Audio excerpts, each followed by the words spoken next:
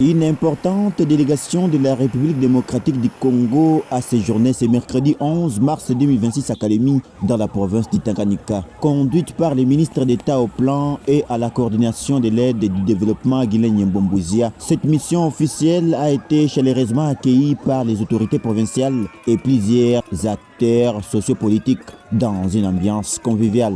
Aux côtés du chef de la délégation figuraient notamment le ministre des Mines Louis Watum Kabamba, la ministre du portefeuille Julie Mbouichikou. Leur présence s'inscrivait dans le cadre de l'inauguration de l'usine pilote des raffineries d'or de DRC Gold Training SA, une initiative qui matérialise la vision du président Félix Antoine Tshisekedi Tshilombo visant à lutter contre l'écoulage de l'or et à promouvoir la transformation locale des ressources minières. À peine arrivée à l'aéroport de Kainda, la délégation s'est dirigée vers les installations de l'entreprise où les décors étaient déjà plantés pour la cérémonie. Plusieurs allocutions ont marqué l'événement, notamment celle du gouverneur du Tanganyika, Christian Kitungwa Muteba, du ministre des Mines et de la ministre du Portefeuille. Tous ont salué l'installation de cette raffinerie pilote, considérée comme une avancée importante pour la structuration du secteur aurifère dans la province.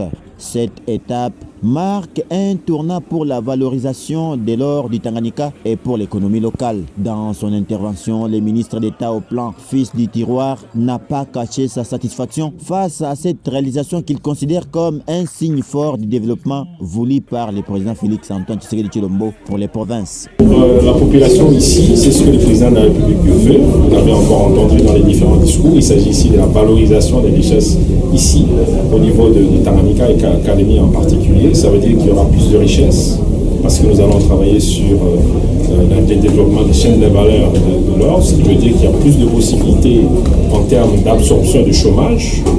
La première mission du président de la République, c'est d'absorber le chômage, de donner de l'emploi. Donc ça, c'est une opportunité pour toutes ces personnes. Mais aussi la formalisation, ça c'est très important. Comme je l'ai dit au début, la canalisation de tout ça va permettre à ce que tous les trésors puissent être connus, puissent bénéficier de la protection de l'État. Nous allons encore continuer, il y a un travail qui est là, qui doit se faire encore sur le plan fiscal et tout ça pour permettre à ce que cet exercice puisse prendre de l'ampleur, parce que ici, c'est déjà le pilote et nous voulons que la suite puisse bénéficier de l'expérience qu'on aura déjà engrangée ici.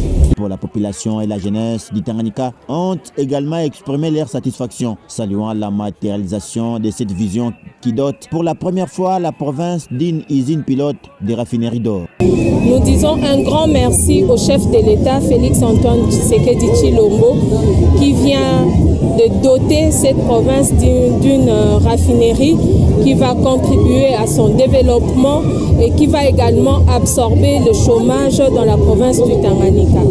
Et en plus de cela, nous savons que ça va créer des ressources, créer des richesses pour la population tanganikaise.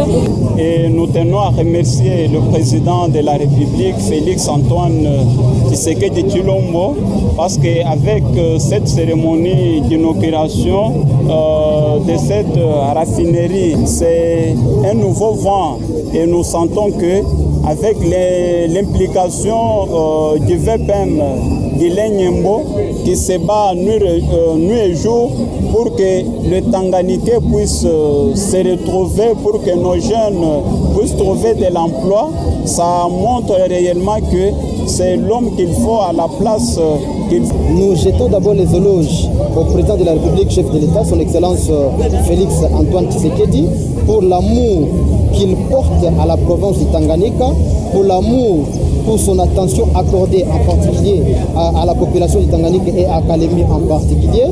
Nous voudrions que ce genre d'action ne puisse pas se limiter seulement au niveau de la ville, que cela puisse se répandre aussi dans les territoires. Poursuivant sa mission, Guilain Mbombouizia se rendit au bureau du programme des Nations Unies pour le développement PNID afin de s'imprégner de l'état d'avancement des travaux réalisés dans le cadre du programme de développement local des 145 territoires. Une réunion de travail a réuni les responsables du PNID, les entreprises chargées de l'exécution du projet et le gouverneur Christian Kitungwa Muteba. À l'issue de ces échanges, le ministre s'est dit satisfait des progrès enregistrés.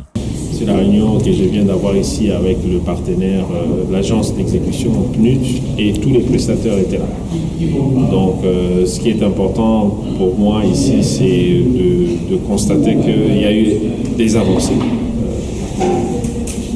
des ouvrages, et même dans les coins que je craignais, notamment le Congo, par exemple, où je vois que tout est tollé. Donc, je crois que c'est quand même des avancées qu'on salue. La journée s'est clôturée par une rencontre avec les cadres et membres d'honneur de la dynamique Guilenyembo des jeunes. Le ministre d'État a rappelé la vision et les objectifs de cette structure, appelant ses membres à rester mobilisés et fidèles à la vision du président Félix Antoine Tshisekedi Tshilombo pour le développement du pays.